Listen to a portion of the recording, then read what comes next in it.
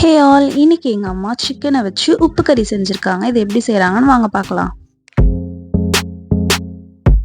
கடாய் வச்சுட்டு உப்பு கறி ரெசிபிக்கு வந்து கொஞ்சம் எண்ணெய் கூட தான் ஊற்றணும்.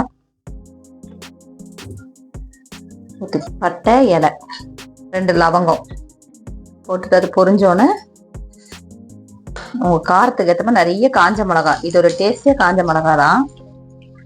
நல்லா காஞ்ச மிளகா செவரணும். காஞ்ச மிளகு நல்லா செவந்தோன்னே நிறைய வெங்காயம் போடுங்க.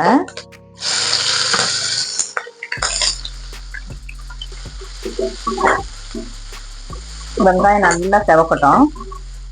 சிம்பிளா இருக்கும், ஆனால் நல்லா ரொம்ப சூப்பரா இருக்கும் சாப்பிட்றதுக்கு. நல்லா வதக்கணும். வெங்காயம் கொஞ்சம் ப்ரௌனா வரணும். நல்லா வதக்கணும். அது வரைக்கும் வதங்கினாதான் அதனுடைய டேஸ்ட் நல்லா இறங்கும். மிளகாவும் வெங்காயமும் நல்லா வதங்கணும்.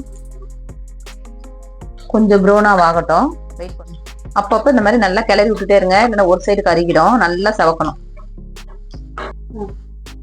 இந்த அளவுக்கு வெங்காயம் வதங்கினா போதும்.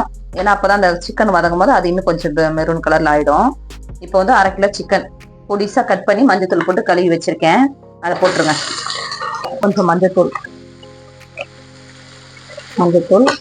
உப்பு போட்டு நல்லா கலவி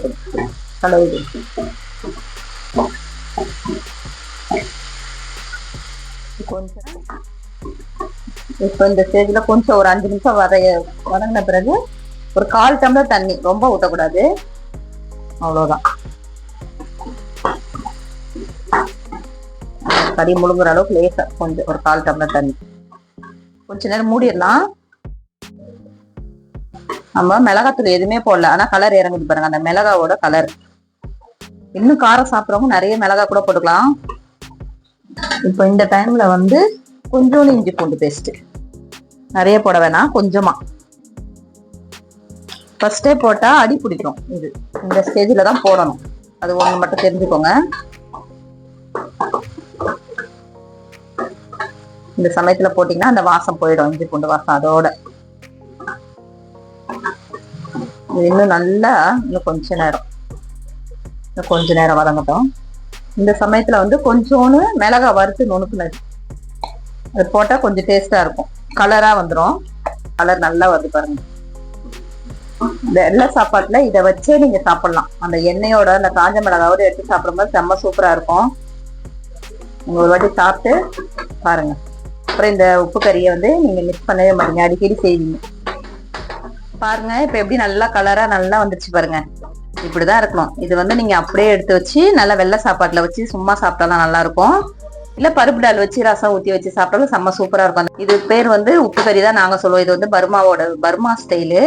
அம்மா வந்து பர்மால இருந்து வந்தவங்கனால இது அம்மா கிட்ட நான் கத்துக்கிட்டது. இது அடிக்கடி நாங்க செய்வோம். இதுக்கு கொஞ்சம் எண்ணெய், இவ்வளவு எண்ணெய் இருக்கு பாக்காதீங்க. கொஞ்சம் எண்ணெய் நிறைய ஊத்தி செஞ்சாதான் நல்லா இருக்கும். இல்ல ட்ரையா இருக்கும். நீங்க வேணா எண்ணெய் உங்களுக்கு தேவைக்கு ஏற்ற மாதிரி ஊத்தி கொஞ்சம் கம்மி பண்ணிக்கோங்க. அவ்வளவுதான். இந்த ஸ்டேஜோட சூப்பரா ஆயிடுச்சு பாருங்க. இதோட ஆஃப் பண்ணிக்கலாம். இதை ஒரு வாட்டி செஞ்சு நீங்க சாப்பிட்டு பார்த்துட்டு எப்படி இருக்குன்னு எனக்கு கமெண்ட்ல சொல்லுங்க.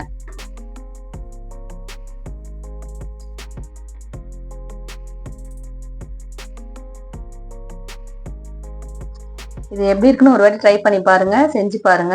இது செஞ்சு பார்த்துட்டு சாப்பிட்டு பார்த்துட்டு எப்படி இருக்குன்னு எனக்கு கமெண்ட் பண்ணுங்க. அடுத்த வீடியோல பார்க்கலாம். பாய்.